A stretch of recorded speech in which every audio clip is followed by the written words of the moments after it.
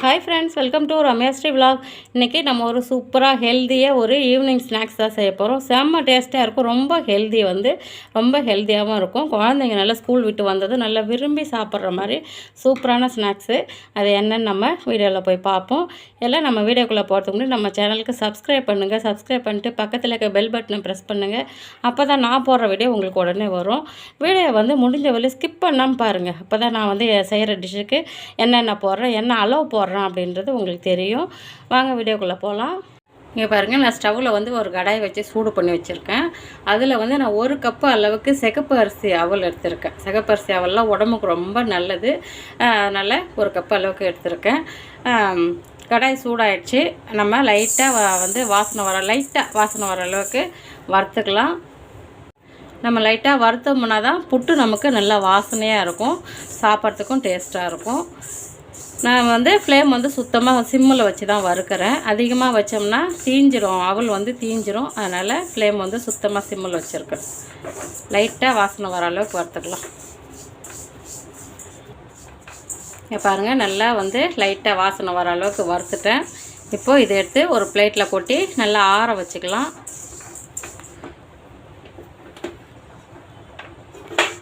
Stove off பண்ணிட்டேன்.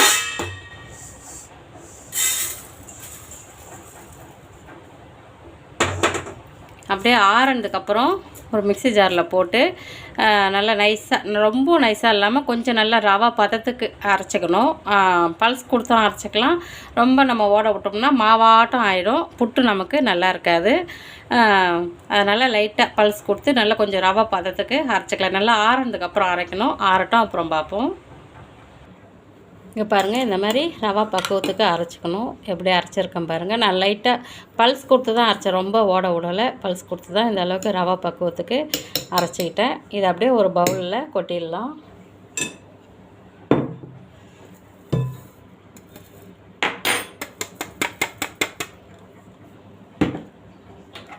பவுலில் போட்டுட்டு சால்ட்டு கொஞ்சமாக எடுத்துக்கலாம். ஏன்னா நான் 1 கப்பு அவல் தான் எடுத்திருக்கேன். அதனால் கொஞ்சமாக ஒரு 2-3 பிஞ்சு அதான் சொல்லலாம்.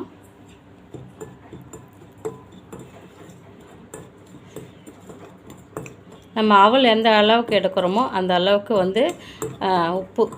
ஏன்னா இது நம்ம ஸ்வீட் அவல் தான் செய்ய போகிறோம். அதனால் நமக்கு உப்பு அதிகம் தேவைப்படாது. ஒரு 3 பிஞ்சு அளவுக்கு போட்டிருக்கேன். தண்ணி லைட்டாக தெளித்து பிசைஞ்சிக்கலாம். ஊற்றக்கூடாது, தெளித்து கையால் பிசைஞ்சிக்கலாம். நமக்கு பொலன்னு புட்டு எப்படி இருக்கும் அந்த மாதிரி பொலன்னு இருக்கணும்.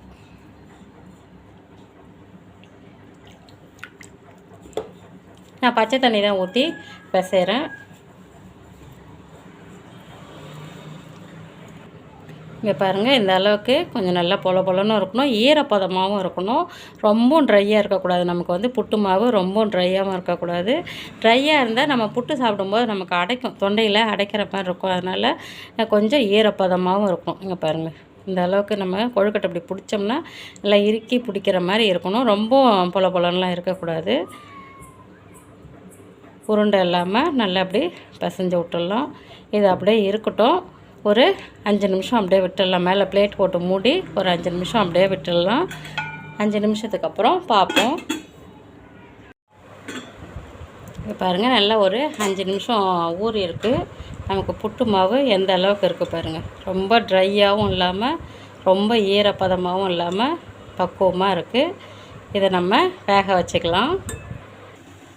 இப்போது ஒரு கடாயில் அடியில் தண்ணி வச்சுட்டு அதுக்கு மேலே ஒரு ஸ்டாண்டு வச்சுட்டு இட்லி தட்டு வச்சு அது மேலே துணி போட்டு வச்சுருக்கேன். இட்லி துணி போட்டு வச்சுருக்கேன். இது இட்லி வேக வச்சு துணி கலர் மாறி போச்சு. பழைய துணி, அழுக்கு துணி போட்டிருக்கேன்னு நினைக்காதீங்க. இப்போது நல்லா ஆவி வருது. நான் ஸ்டவ்வை சிம்மில் வச்சிட்றேன். ஆவி வந்ததுக்கப்புறம் சிம்மில் வச்சுட்டு நம்ம மாவு கொட்டணும்.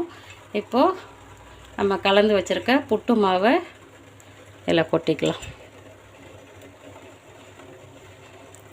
எப்படி பொலன்னு இருக்குது பாருங்கள். உருண்டை இல்லாமல் நம்ம கையாலே நல்லா பிசைஞ்சு விட்டுக்கணும்.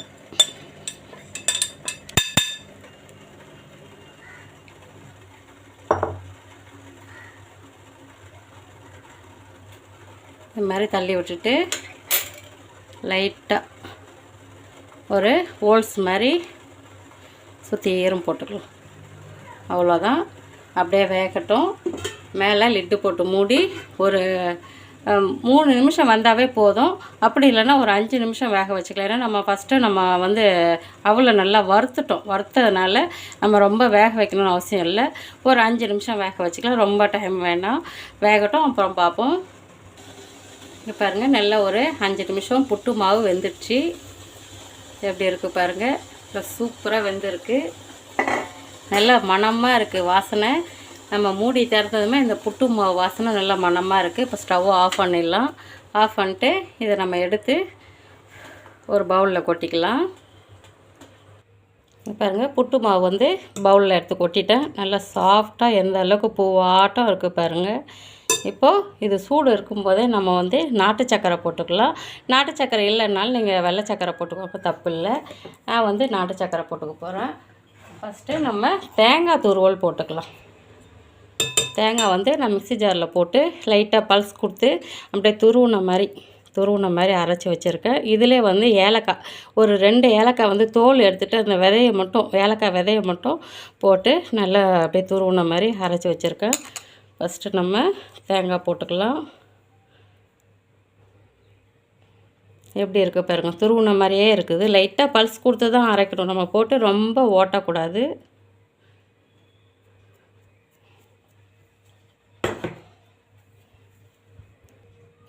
அதில் நாட்டு சக்கரை போட்டுடலாம். நான் வந்து மண் கல் எதுவுமே இல்லாத சுத்தமான நாட்டு சக்கரை போடுறேன்.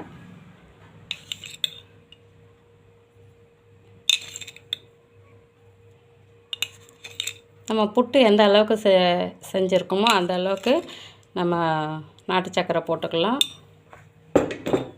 போட்டுட்டு அதில் வந்து முந்திரி வந்து நான் நெய்யில் வந்து வறுத்து வச்சுருக்கேன். இது வந்து ஆப்ஷனல் தான். வேணும்னா வறுத்து போட்டுக்கலாம், வேணான்னா விட்டுடலாம். நெய்யில் வறுத்து வச்சுருக்கேன்.